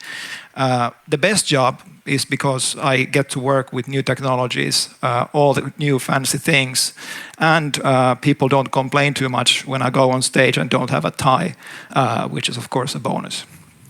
The worst job, of course, is when you struggle to gain momentum for your obviously brilliant new ideas you want to push forward, and you're trying to compete with the other initiatives in the bank. But today, I'm going to talk to you something that is positive and is definitely squarely in the first category of things for my job, and that is nothing more, nothing less than the fourth industrial revolution. I will try to explain today what the fourth industrial revolution, also known as Industry 4.0, is, why it is, and then more interestingly, from my job's perspective, what does it mean for banks? What does it mean for financial services going forward in the coming years? So let me start by explaining what does the 4.0 mean in this context. The 4.0, of course, refers to the fourth industrial revolution, but the first industrial revolution was the invention of the steam engine. This, of course, created a massive productivity growth in the industrial space and led on to the second industrial revolution, which was the invention of mass production. The third industrial revolution was the IT revolution that happened and allowed robots and computing to exist in the manufacturing space. The fourth industrial revolution is different from all of the previous industrial revolutions for two reasons. First, it is the first industrial revolution that has been predicted. It is also the first industrial revolution that is overdue. When all of these industrial revolutions happened earlier on, it resulted in a GDP growth that was fairly significant. At the moment, we're seeing in the manufacturing space, especially in the Eurozone, seeing a decline in GDP, and this fourth industrial revolution is expected to happen now and fix this growth problem that we have. The fourth revolution, of course, is about connectivity. It is about digitizing everything that happens in the production of goods in the industrial space and allows manufacturers to predict the operational capacity and demand of the production line. But before we actually dwell deeper into that, perhaps it's good to understand why this is now happening. And when we go there, we need to start from the personal space. Some call it the surveillance capitalism, some call it, Gartner calls it the internet of behavior. What it means is that everything we do today is somehow measured and put into data, and then somebody uses that data to create predictions of our personal lives. Everybody has seen one version of this happening to your lives when something pops up into your Facebook stream that you didn't really think that you actually shared with anybody. These predictions are made possible due to the abundance of data that is available for these companies when they mine your behavior on the internet. This, of course, is fairly obvious in the online space, but what we're seeing right now is that this is also manifesting itself in the physical space. The abundance of IoT sensors in everywhere we go makes it possible for these digital companies now to reach out into the physical world around us, whether that is your connected toothbrush, which records every time you brush your teeth and puts that data available somewhere in the cloud, or whether it is your doorbell and then you know exactly who actually is visiting your house at any given point in time. We could always argue about the privacy implications of all of this and have a long conversation about all of that, but all of this is actually driving towards the industrial space as well. due to the collection of data in the private space, the price of connectivity, the price of sensors, the price of computing power, also according to the Moore's law, makes it possible to create complete digital representations of everything around us and also in the industrial space. So in the movie Matrix, people were living in a virtual world without realizing that they were living in a virtual world. They just went along with their lives, not knowing that they were actually digital representations of something in a virtual world. Today, we don't know that there is a virtual world of us that exists in these data centers and clouds of the world. We live about our lives, but we also have our digital twins in this space. And these digital twins can be used to simulate behavior, to predict behavior of what we're going to do. This similar thing now is also possible in the manufacturing space. So companies are taking perhaps a little bit notorious things that I'm talking about and using this technology now to apply that in the industrial space. So when we talk about the Industry 4.0 in context of data and sensors, we have to separate that from the consumer IoT that we just talked about. But the same technologies now can be applied to create digital representations of manufacturing space and equipment that is being produced by these manufacturing spaces. Now, the question, of course, is that, well, what does any of this have to do with banking? Well, a lot. The obvious answer, of course, is that in the consumer IoT space, we need to be able to pay for things. If these companies are creating the opportunities for us to already know what we want to do, we of course need a way to pay for that. But today we're talking about the industrial space of this new digital data economy. And when we look at the industrial space and these digital representations that I just talked about, we need a framework around that to allow us to think how do things pay for each other in these digital value chains of the future. These digital value chains, of course, need a very secure framework. We need a way for us to trust the data that is coming out of these systems. We need a way to create a secure framework and turn, for example, our know your customer processes into know your machine processes.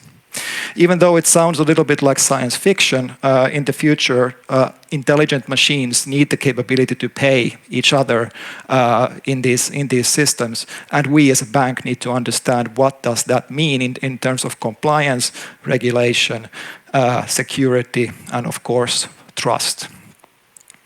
We are hard at work understanding these kind of basic building blocks of how do we actually make this work and how do we make the plumbing of payments work in a way where we start talking about not only making payments over a standard API, but rather we're talking about things like how do we create streams of cash in this new type of machine economy.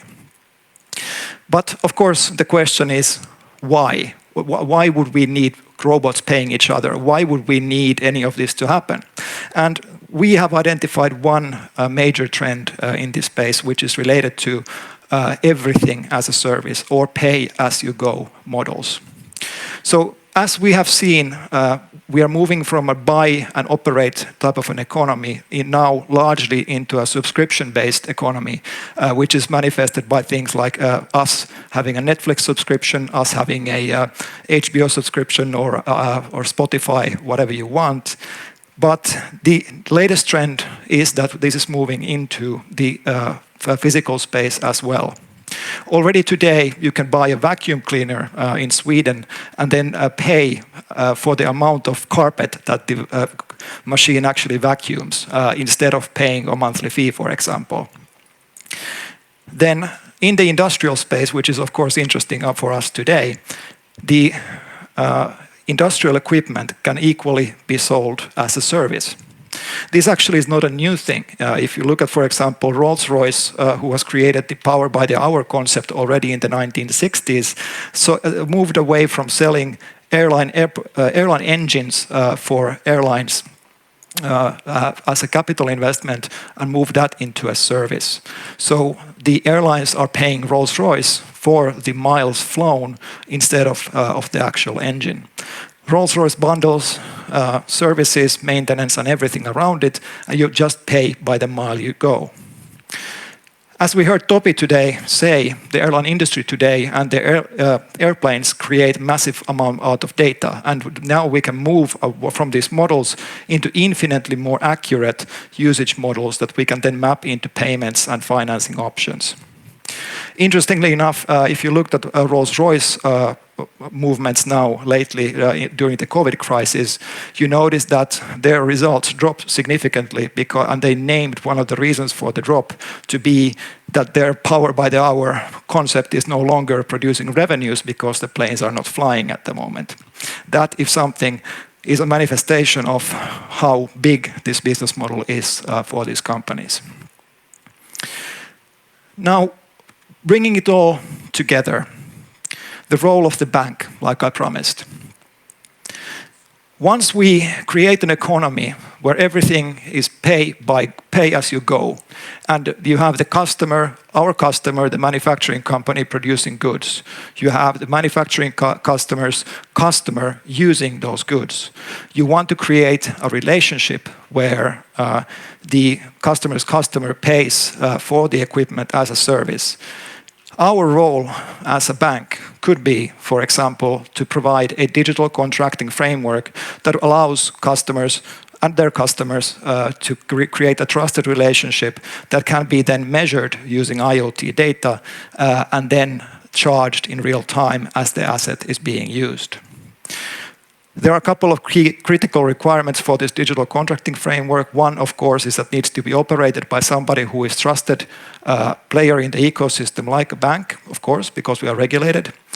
And it needs to be machine readable and completely configurable.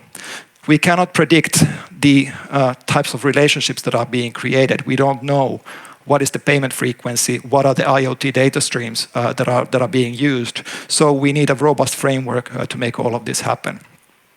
This link is missing today.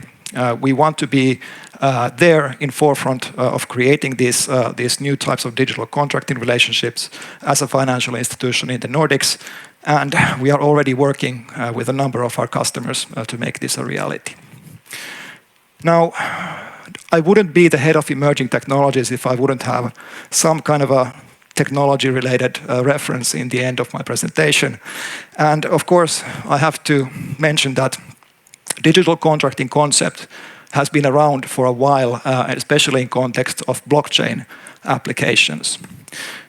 What we have, however, realized as we move forward in this space is that you don't actually need a blockchain for almost any of the things that we want to do in this space.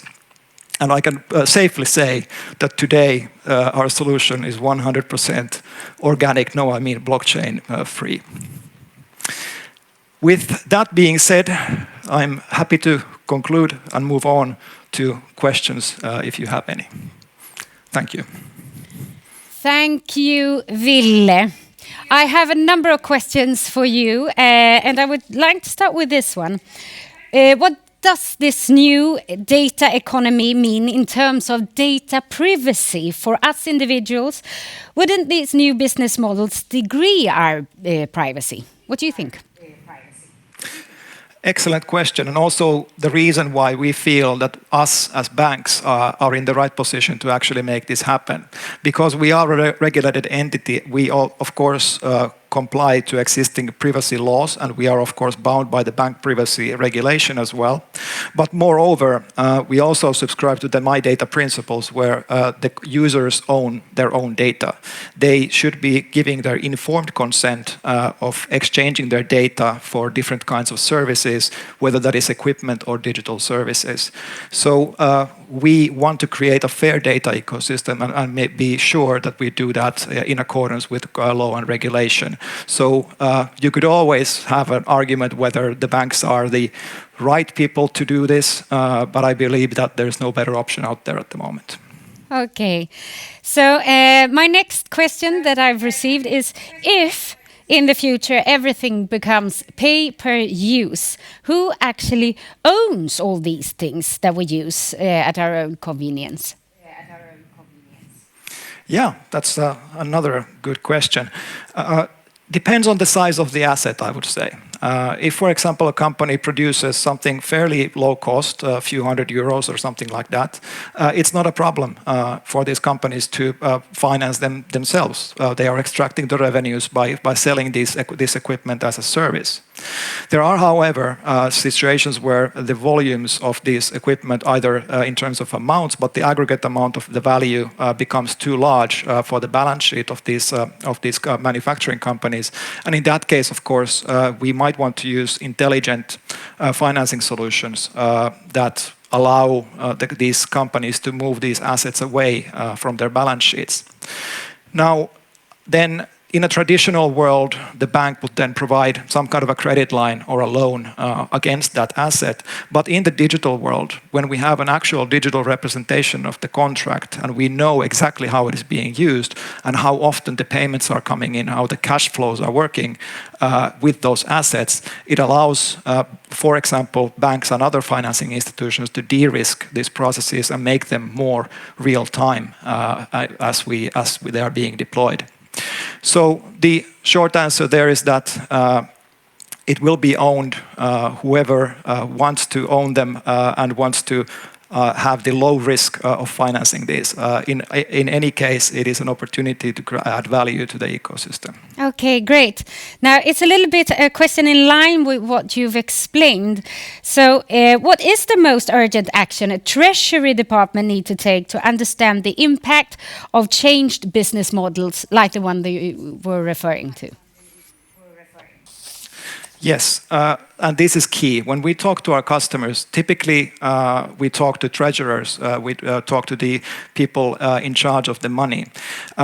We see different kinds of conversations happening. Sometimes the treasurers are extremely well aware of what is the business model transformation and what is the state of the digitalization of operations in their own companies. And those are the best conversations we can have. If we can have a discussion with a customer who understands the need for a business model transformation and then has somebody there to support in the conversations to understand what data can we use to actually make this transformation happen, those are the best types of discussions to have. On the other side of that spectrum, of course, is the treasurer who is only concerned about the Excel balance sheet and is less aware of the digital capabilities of their companies. And there I encourage them to take a look into the digitalization efforts that are going, especially in the manufacturing and measuring of things in their own companies. Okay, great. So my last question for you today, Ville, what do you think drives innovations? Humans or technology? Neither. It is the creation of new business and new value. So as an engineer, I want to always believe that there is some kind of a magic technology out there that suddenly creates value out of thin air, which is, by the way, something that the cryptocurrency people still believe. But still, the value is being created from actually creating something that is useful for people. So creating new business value and then finding the right technology to deploy this new value in an efficient way is really the key of doing everything right. Perfect. Thank you, Ville, for being a part of this afternoon. Thank you. Now, our next speaker, or our last speaker, will guide us through new commercial payment options and financial solution trends in the area of Industry 4.0. Warmly welcome Andreas Bernström, Investor Director Kinnevik and founder of Finch.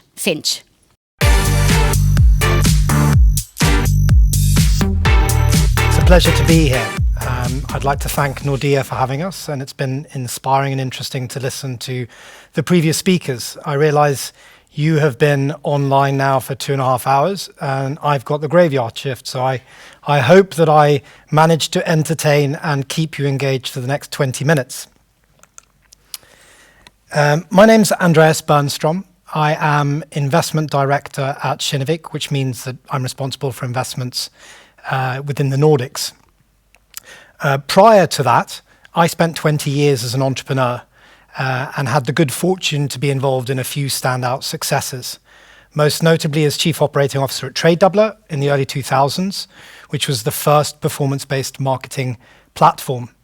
Then as CEO and founder of Cinch, which is one of the larger communications platforms as a service, and finally as chairman of Trustly, which is the direct payments platform bought by Nordic Capital in 2018. And all three of these companies actually disrupted incumbents and changed business models. For the last 3 years, as I said, I've been at Kinnevik, and Kinnevik has a heritage of building entrepreneurial, disrupting businesses from under its umbrella, whether it's MTG, Tele2, or Metro. And then in 2010, they started investing in third-party businesses like Zalando and Avito. Over the last 4 years, we've done another shift. We've gone deeper and wider when it comes to our team, both in London and in Stockholm. And we've focused on highly complex industries like healthcare in the US, Nordic food, and last mile logistics. These are areas that we see high barriers to entry, high complexity, and where incumbents have struggled to make the digital transformation that is needed, which gives us the opportunity for outsized returns. And it's really with that background that I hope to give some insights and ideas as to how incumbents could potentially act in a world where the ground is changing around them. So, if we talk about the new economy, it's really not very new. Sort of started in 1990. It's sort of 25, 30 years old. And it's been announcing itself on the world for a long time.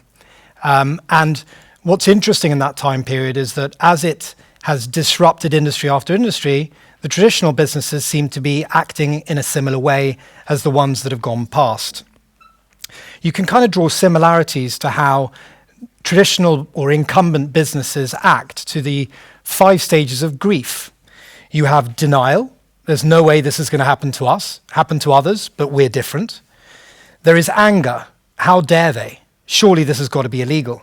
And then there's bargaining with shareholders, with regulators, with their board, and even with the disruptors themselves.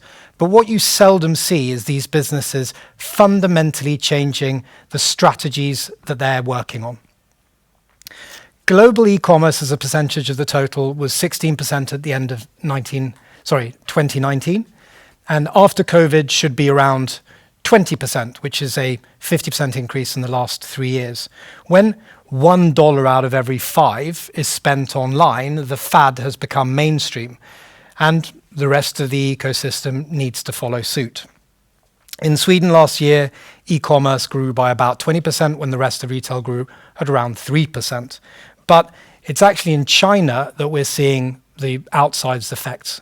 We're very focused on Europe and the US, but in China, as you will see here, e-commerce has grown dramatically. We're talking about one country that now stands for 60% of global e-commerce. It's bigger than Europe and the US combined. And it's really to them that we should be looking if we're interested in understanding how the future will develop. Why has China accelerated so much quicker than Europe and the US? And it's actually not that complicated to understand. One of the first things is that in Europe and the US, we had a two-pronged attack with desktop and mobile. China is mobile first and mobile only, which means that you've got your store with you 24/7. They talk about speed, simplicity as the main product services. And when it comes to payments, it's about e-wallets, e-currency, and again, how quickly can the transaction be done? Logistics, we're not talking about next day, we're not talking about same day, we're talking about 30 minutes to 1 hour deliveries. And most of commerce that is done even online is a passive experience. In China, they're moving to live shopping and live experiences. And finally, products are built with the next generation in mind. So disruption started, as you would expect, with books, CDs, and electronics. And the graveyard of companies that have lost their way is pretty large. Companies like Toys R Us, Sears, JCPenney, Barney's, Brooks Brothers, and the list goes on. But today there are almost no industries that are not affected. And even the ones that are limited in effect have actually seen their market capitalization stagnate over the last 10 years. An example of this would be if you looked at the European telecoms industry, an industry that on paper you would expect to have done extraordinarily well over the last 10 years with the proliferation of mobile phones and data and communications. But unfortunately, what they have not been able to do is take advantage of the services that have been built on their infrastructure. So whilst their share prices have been somewhat stagnated, you have other companies that have been built on top, whether it's peer-to-peer communications like FaceTime, WeChat, KakaoTalk, Viber, Telegram, and the list goes on, or communications as a service that's built out to company infrastructure. So using mobile VoIP, video calling, IM, and so on. Companies like PubNub and MessageBird. You have companies like Twilio, which is now a market capitalization of 50 billion, and close to home Cinch. So there's no doubt that mobile operators will probably always be around in some way, shape, or form because they are a very important infrastructure to the growth of the future. But the opportunity was actually to rise in that ecosystem and take more of the pie. Unfortunately, they've turned into a utility, which is actually okay. But for other industries, making that kind of mistake could be hugely damaging. So channel shift. One could think about channel shift being simply that. Things are moving from offline to online. But the fact of the matter is it's slightly more complicated. If we look at H&M, for example, they have done extraordinarily well in growing their online as a percentage of total retail. You would say that the online team is probably extremely happy with the fact that they're now closing in on 20% and in parity with the rest of Europe and the US. Having said that, at the same time, H&M's EBITDA margin has decreased significantly. Why is this? Well, it's a problem when you have a retail network that used to have 100% footfall that then drops to 80% footfall, and your sales to OPEX ratio suddenly becomes untenable. Essentially, you're holding on to a balloon. You need to make a decision on which direction to go because both of them are hurting your bottom line. There are some industries to date that have been less affected than others, and these are typically the ones that have very high cost barriers to entry, that have high regulation and complexity, such as banking, energy, complicated healthcare. But even these businesses are starting to feel the death of 1,000 cuts, and understanding their place in the future is paramount to their success. And just to put that into perspective, we look at the energy industry, you're still looking at carbon fossil fuels being the majority. But do we really believe that people will be drilling for oil in Alaska in 20 years' time when both solar and wind is both less expensive and what the consumer and the planet needs? And to that fact, will banking look the same way it does today? An example slightly closer to home is online groceries. When we invested in Colonial and Martem, at that time, online groceries was 1.5% of the total market. So peanuts. And we got the typical questions. Why are you investing in this? It's tiny. Nobody does it. You're never going to make any money. The end of 2020, we'll see around 5% online penetration in Sweden. We have NPS numbers that are through the roof. And I think the CEO of Finnair also explained that. We've become a social service. Likewise, the underlying metrics are very strong in the business. And I would ask the question, if you could get the best assortment available at the highest quality, exactly the way that you feel for that avocado in the shop, delivered to your door at the minute you want it at a price that is reasonable, wouldn't you do that? So we've talked a lot about the negatives. There are obviously a lot of incumbents or traditional businesses that have made a transformation that has been extremely successful. I wanted to highlight two. One is Walmart. They've coupled an international expansion to leverage against some of the stagnation they've had in the US with investments in consumer-facing digital products, in automation, in lean, and in management. They've doubled down on staff and talent alongside a strategy of acquisition, buying companies like Flipkart, Jet.com, Shoebuy, and Bonobos. And the company has outperformed their peers dramatically over the last 4 years. Closer to home, you have IKEA, who, by all measures, were extremely late to the digital race.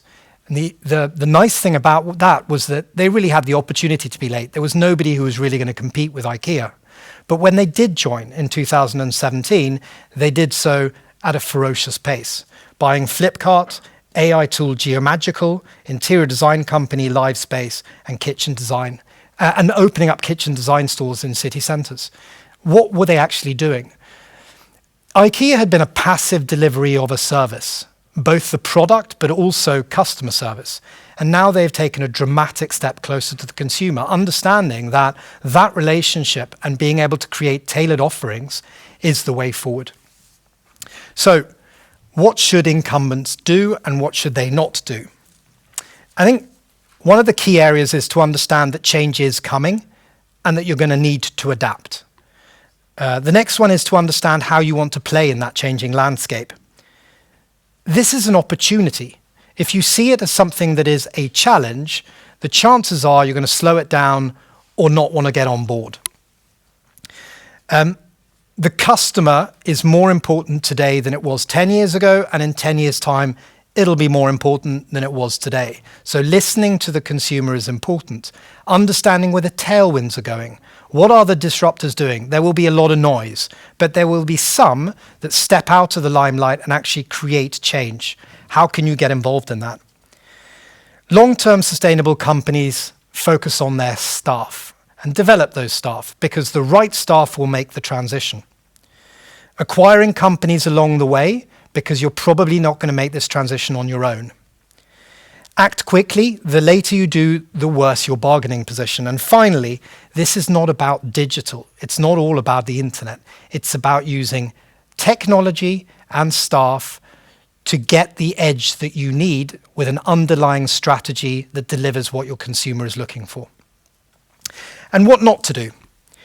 Hire a head of digital, as if one person will be able to solve this problem. It's neat, it's tidy, and it's 100% wrong. Stand still and hope for the best, and panic. Most transactions and acquisitions are done either through fear and greed. Those are typically not good reasons to make a transaction. Thank you very much for your time, and hopefully we'll have some time for questions as well. You do. Thank you, Andreas.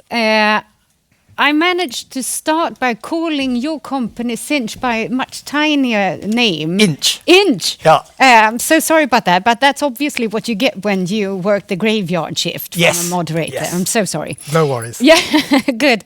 Well, you asked a couple of questions to the audience. Yes, and I did. I would like for us to have a look at them and see what we've answered, what our public answered. And the first one is...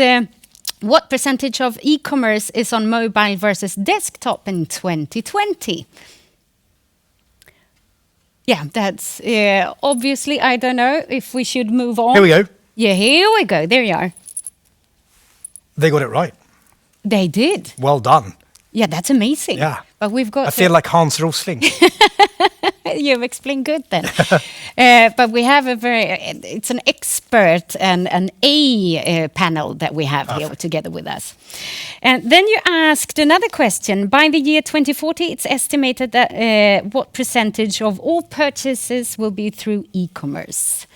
And the answers that we got from our expert audience is...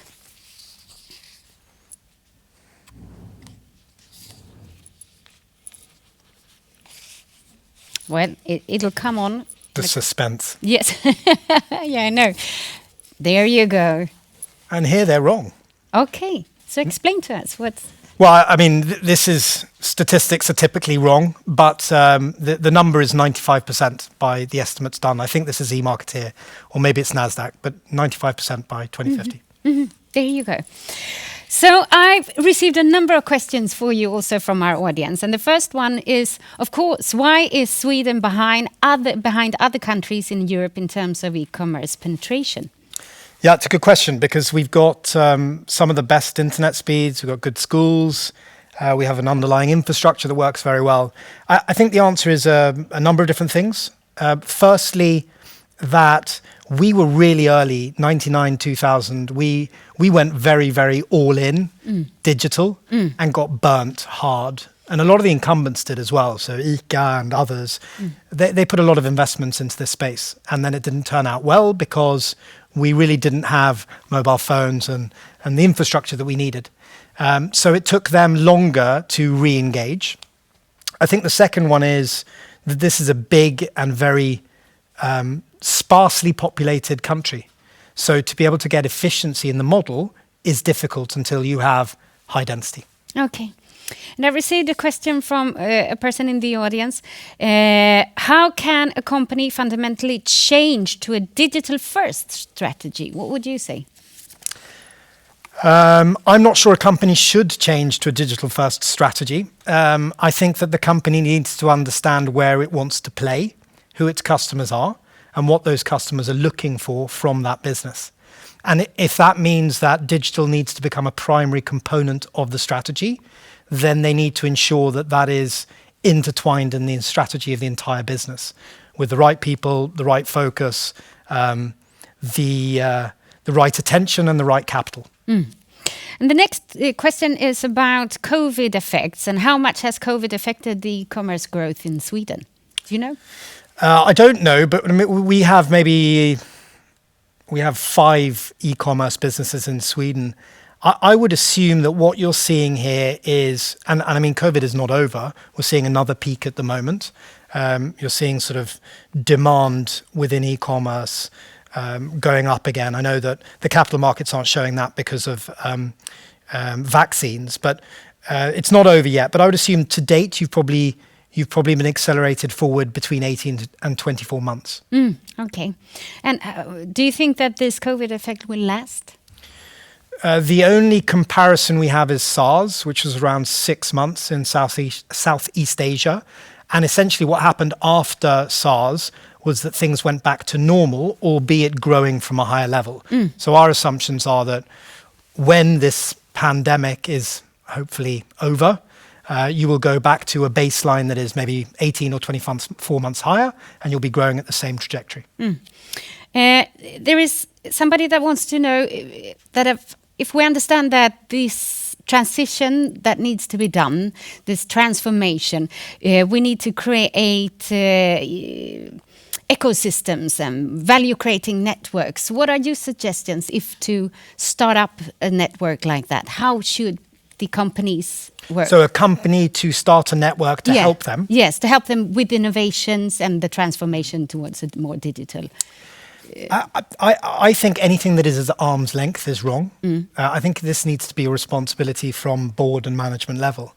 Innovation is not something that you, in my view at least, that you build an external network to help. It can certainly be used as a facilitator, but it needs to come internally. So if you feel that innovation within certain areas is of key importance, then you need to bankroll that internally. And you need to make sure that everybody understands that it's super important. And it needs to be part of the strategy of the business to think that way. And I received a last minute very interesting question. How do you identify the next area to invest or focus on from a Nordic perspective? I think like all investors and like all good ideas, it's easier with hindsight to say what you did do rather than now predicting the future. But having said that, I think financial services is still super interesting. We have disrupted parts of it and relatively small parts of it at that. I think banks are at the moment still relatively unaltered. I would be very interested in understanding what the next wave of that is, and we spend a lot of time looking at financial services businesses as a whole. I also think that food, we've gone into the grocery space, but the food ecosystem is changing dramatically, whether it's eating in, eating out, what you're putting in your stomach. how technology is helping you to understand how to be healthy and good for the planet. So I think those are two areas that are interesting. Okay. And it's really about spending considerable amount of times with lots of businesses and trying to build a thesis. Good. Now, Andreas, you are our last guest this afternoon, and therefore I would like, as a wrap-up, if you could just give us a little knowledge or some last final words of advice on transformation on commercial business models. What would your final words be today as a wrap-up to our audience? As a wrap-up, I think it's going to be similar to my wrap-up for the area that I was talking about. But transformation is something that happens slowly, but it's something that you continuously need to do. And to do that, you need to have the right people in the room. So you need to have people who are committed and understand the challenges that are lying in front of you. I think you also have to have an agreed view. I mean, dissension and discussion is great, but you need to have an agreed view of where you're going to play. Because as disruption happens, you might have had 10 business revenue streams. Maybe you need to focus on 6 of those. You need to invest heavily in transformation, which means talent, training, competence, and acquisition of businesses. And somehow you need to intertwine these 3 things together. So leaning in, I think, is probably the most important thing. Good. So thank you, Andreas. It's been a pleasure having you. Very, very inspiring. And I hope to see you more in the future. Thank you very much. Take care. Thank you. Bye-bye. Now, it's been such a fantastic event, and I've learned so much. So, Furhat, what do you think about this event? We had 343 people watching today. They were situated in 23 cities. Those cities were spread out over 14 countries. There was 181 questions sent in to us. No, Furhat, I think you got me wrong. No, that's not what I meant. I meant, what do you think and feel about the event? I meant in an emotional perspective. Oh. I felt 85.3% joy and 76.2% excitement. I smiled 52 times. I was 92.5% interested. To summarize, I am 100% happy about today. That's good. That's at least something. Now, it's been such a pleasure being a part of this fantastic event. And on behalf of Nordea, I would like to thank all the guests that we had on stage, both in Sweden and in the other Nordic countries. But I would also like to add a special thank you to you in the audience who have participated in the most amazing way and shared your questions and thoughts and pictures of your fikas and everything. And it's been so great to spend this afternoon together with you. And last but not least, we would like to say that we hope to see you soon. Take care and stay safe out there. Thank you very much. Goodbye, everyone.